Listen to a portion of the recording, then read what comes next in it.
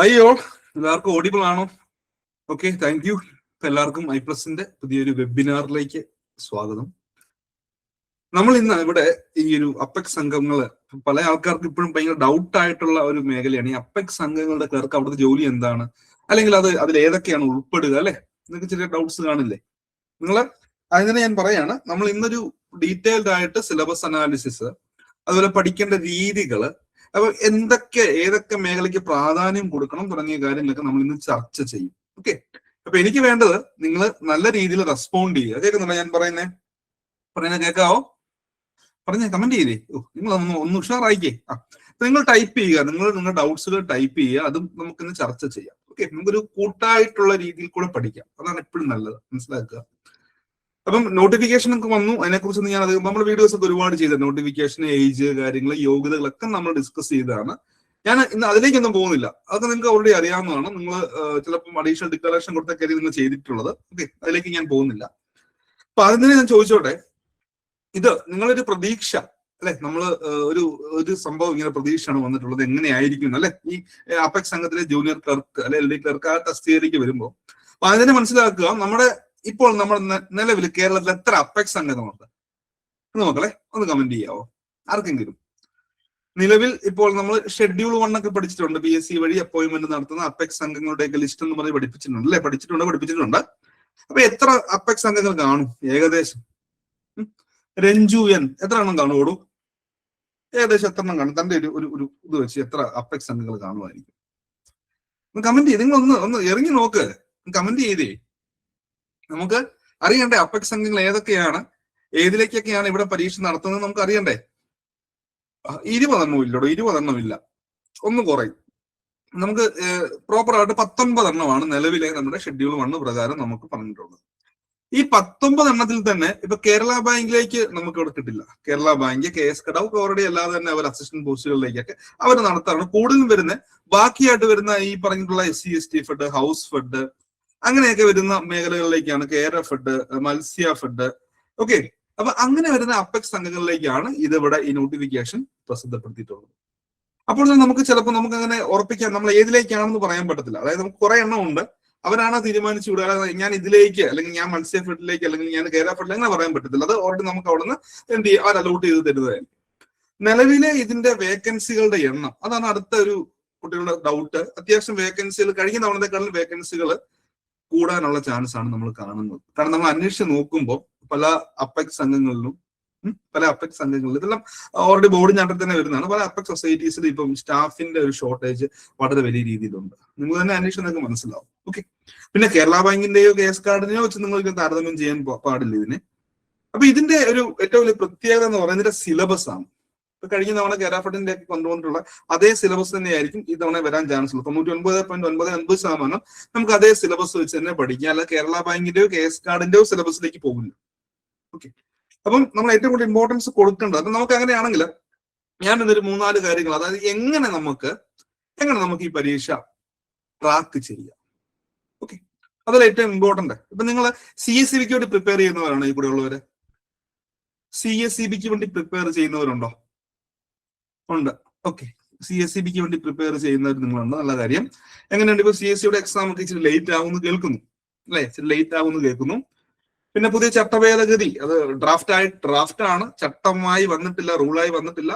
അപ്പം നിങ്ങൾ ഏതാണെങ്കിലും നമ്മുടെ ഈ ഒരു മേഖലയിലെ CSCB ആയിക്കോട്ടെ, അല്ലെങ്കിൽ കോപ്പറേറ്റീവ് മേഖലയിലെ എക്സാംസിന് നിങ്ങൾ നല്ല രീതിയിൽ, ഞാൻ വീണ്ടും എടുത്തു പറയുകയാണ്, CSCB ആയിക്കോട്ടെ, അല്ലെങ്കിൽ നമ്മുടെ ഈ ക്ലറിക്കൽ പരീക്ഷ ആയിക്കോട്ടെ, നമ്മൾ നല്ലൊരു എഫേർട്ട് ഇടേണ്ട സമയമായിട്ടുണ്ട്. ക്ലിയർ ആകുന്നുണ്ടോ ഞാൻ ഈ പറയുന്നത് മനസ്സിലാകുന്നുണ്ടോ? പറയുന്നതിന് ആ പോസിറ്റീവ് കണക്കാക്കുക. നമ്മളിവിടെ പറയുമ്പോൾ നിങ്ങൾ ദയവ് ചെയ്ത് അതിനെ ആ പോസിറ്റീവ് രീതിയിൽ എന്ത് ചെയ്യുക, നിങ്ങൾ കണക്കാക്കുക. കാരണം നമുക്ക് അതുപോലെ ഇമ്പോർട്ടൻസ് കൊടുക്കേണ്ട സമയമായി. പഴയ രീതിയിൽ നമുക്കിനി പഠിച്ചിട്ട് കാര്യമില്ല. അപ്പൊ നമുക്ക് എന്ത് ചെയ്യണം, നമുക്ക് നല്ല രീതിയിൽ തന്നെ നമുക്ക് പഠിക്കണം. അത് ഏതും ആയിക്കോട്ടെ, ഞാൻ പറയുന്നു നമ്മളൊരു മത്സര പരീക്ഷയിലാണ്. ഞാൻ ഈ സഹകരണ മേഖലയിൽ വർഷങ്ങളായിട്ട് പഠിപ്പിക്കുന്നു. ഒരുപാട് കുട്ടികൾ നമ്മുടെ അണ്ടറിൽ വർക്ക് ചെയ്ത് പ്ലേസ്ഡ് ആയിട്ടുണ്ട്. അതിപ്പോ കേരള ബാങ്കിലായിക്കോട്ടെ, അല്ലെങ്കിൽ ഇത് എന്താ പറയുക, CSCB എക്സാം വഴി ആയിക്കോട്ടെ, ഇപ്പൊ KS കാർഡ് ബാങ്കിലേക്ക് ലിസ്റ്റ് വരും. നമ്മൾ ഒരുപാട് കുട്ടികളൊക്കെ ഉണ്ട്. നമ്മുടെ ഒരു വിത്ത് എക്സ്പീരിയൻസ് ആയി നമ്മൾ പറയുന്നത്, നിങ്ങൾ ഇത്രയും നാളത്തെ പോലെയല്ല, ഇനി നമ്മുടെ മേഖല സഹകരണ മേഖലയിലെ അത് കേരള PSC കണ്ടക്ട് ചെയ്യുന്ന ആയിക്കോട്ടെ അല്ലെങ്കിൽ CSEB ബോർഡ് കണ്ടക്ട് ചെയ്യുന്ന ആയിക്കോട്ടെ, നമ്മൾ സീരിയസ് ആവണം. കേൾക്കുന്നുണ്ടോ? ഞാൻ പറയുന്നത് മനസ്സിലാവുന്നുണ്ടോ? പറയുന്നതിന് അതേ രീതിയിൽ എടുക്കുക.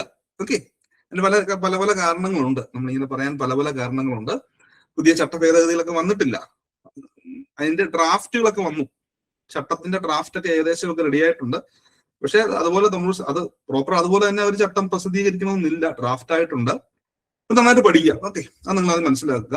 അപ്പൊ നമ്മള് അപ്പെക്സ് സംഘവുമായി ബന്ധപ്പെട്ട് നിങ്ങൾ ഇതിന്റെ സിലബസ് കണ്ടതായിട്ട് ഓർക്കുന്നുണ്ടോ?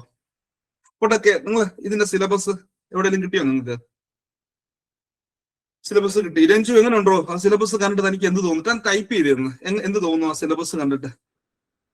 നമുക്ക് നിലവിൽ ലഭ്യമായിട്ടുള്ള സിലബസ് ഇതാണ് കേട്ടോ. ഈ ഒരു സിലബസ് വെച്ച് വേണം നമ്മൾ പഠിക്കാൻ. സിലബസ് കണ്ടോ? സ്ക്രീൻ കാണാമെന്ന് വിചാരിക്കുന്നു. നമുക്ക് 70 മാർക്കിനാണ് നമ്മുടെ കഴിഞ്ഞ കേരാഫിഡിന്റെ അതേ സിലബസ് വെച്ചുള്ള ആ ഒരു പരീക്ഷയാണ് നമുക്ക് പ്രതീക്ഷിക്കാൻ പറ്റുക. അതെ, ആ പരീക്ഷയല്ല, ആ സിലബസ് തന്നെയാണ്, കഴിഞ്ഞ കേരാഫിഡിന്റെ സിലബസ് തന്നെയാണ് ഓർത്ത് വെച്ചേക്കുക. ഇവിടെ നമുക്ക് ഞാൻ പറഞ്ഞു 70 മാർക്കിന്റെ 70 മാർക്ക്, ടോട്ടൽ 100 ആണല്ലോ. അതിൽ 70 മാർക്കിന്റെ നമുക്ക് എന്താണ് നമ്മുടെ കോർപ്പറേഷൻ തന്നെയായിരിക്കും. ഇവിടെ മറ്റൊരു പ്രത്യേകത എന്ത് വരുന്നില്ല, ഇവിടെ ബാങ്കിങ് ഇല്ല. നമ്മൾ കേരള ബാങ്കിനോ അതുമല്ലെങ്കിൽ KS കാർഡ് ബാങ്കിന്റെ പരീക്ഷയ്ക്ക് ബാങ്കിങ്ങും ഉണ്ടായിരുന്നു അല്ലെ. വളരെ വലിയ ടോപ്പിക്കാണ്, ബാങ്കിങ് ടോപ്പിക്ക് വളരെ വലുതായിരുന്നു. പക്ഷെ ഇവിടെ നമുക്ക് എന്തില്ല, നമുക്കൊരു ഒരു രീതിയിൽ ഒരു അഡ്വാൻറ്റേജ് ആണ്, ബാങ്കിങ് ഇല്ല. ഇവിടെ പ്രോപ്പർ ആയിട്ട് കോർപ്പറേഷൻ വളരെ ഡീറ്റെയിൽഡ് ആയിട്ട് പഠിക്കണം.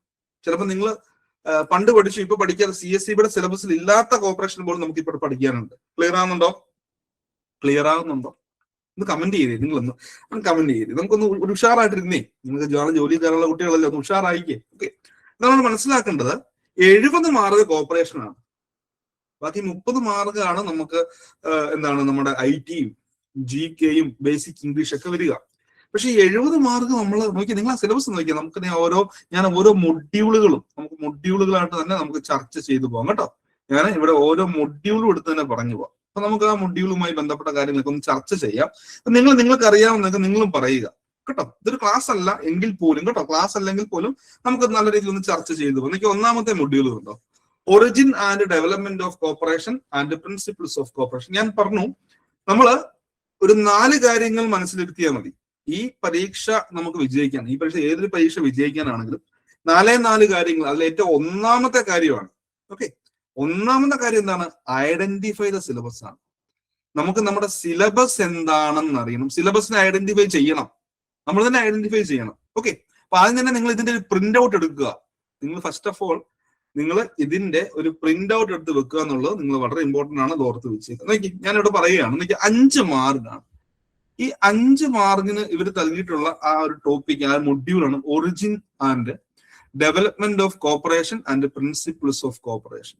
ഈ 5 മാർക്കില് സബ് ടോപ്പിക് നമുക്ക് നോക്കാം. Origin and development of cooperation, features, കോർപ്പറേഷന്റെ ഫീച്ചേഴ്സ്, സവിശേഷതകൾ, aspects of cooperation, economic, social, moral, cooperation and other economic system, അതിൽ ക്യാപിറ്റലിസം, സോഷ്യലിസം, കമ്മ്യൂണിസം, പിന്നെ കോർപ്പറേഷൻ മറ്റ് ബിസിനസ് ഓർഗനൈസേഷൻസുമായി ബന്ധപ്പെട്ട്, for example partnership, joint stock company അല്ലേ. പിന്നെ പറഞ്ഞ കോർപ്പറേഷൻ ഒരേ സമയം ഒരു ഇൻസ്റ്റിറ്റ്യൂട്ടും അതോടൊപ്പം ഒരു എന്റർപ്രൈസ് ആണ്. Cooperative commonwealth, principles of cooperation contributive എന്ന Rochdale, Carver, ICA, comparison of cooperation with capitalism, socialism, international cooperative alliance, that means ICA ആണ്. ഓക്കെ, പിന്നെ cooperative day, cooperative week, cooperative flag, cooperative channels ആണ്. ഇതാണ്. ഇതിൽ നിന്ന് 5 മാർക്കുകളെന്ന് വിചാരിക്കുക. ഇതിൽ നിന്നും 5 മാർക്കേ ഉള്ളൂ. അപ്പൊ നമ്മള് ഇതിന് ഇവിടെ ഏത് മേഖലയ്ക്ക് പ്രാധാന്യം കൊടുക്കുള്ളൂ? ഈ 5 മാർക്ക് നമുക്ക് ഇത്രയും പഠിക്കാനുണ്ട്. അത്യാവശ്യം നല്ല രീതിയിൽ പഠിക്കാനുള്ള ഒരു മേഖലയാണ് ആദ്യത്തെ. കാരണം ഇത് പക്ക ജനറൽ കോർപ്പറേഷൻ ആണ്. ഇപ്പൊ ICA എങ്ങനെയുണ്ട്? ICA നിങ്ങൾക്ക് അറിയാവുന്നതല്ലേ, ഇന്റർനാഷണൽ കോർപ്പറേറ്റീവ് അലയൻസ് നിങ്ങൾക്ക് അറിയാം. കോർപ്പറേഷന്റെ ഒറിജിൻ, എവിടെ ഒറിജിൻ ചെയ്തു, എങ്ങനെയാണ് അത് ഡെവലപ്പ് ചെയ്തെന്നുള്ള കാര്യം നിങ്ങൾക്ക് അറിയാം. Corporation different aspect, economic, social, അത് നമുക്ക് പഠിച്ചിട്ടുള്ളതാണ്. കോർപ്പറേഷൻ മറ്റ് സിസ്റ്റം, ക്യാപിറ്റലിസം, നമുക്ക് എന്നും എല്ലാ പരീക്ഷകളും നിങ്ങൾ നോക്കി കഴിഞ്ഞാൽ ക്യാപിറ്റലിസവുമായി ബന്ധപ്പെട്ട ഒരു ചോദ്യം നമുക്ക് കാണത്തില്ലേ? കാണാവോ? ഒന്ന് കമന്റ് ചെയ്തേ. കോർപ്പറേഷനുമായി ബന്ധപ്പെട്ട് കേരള PSC കണ്ടക്ട് ചെയ്ത പരീക്ഷകൾ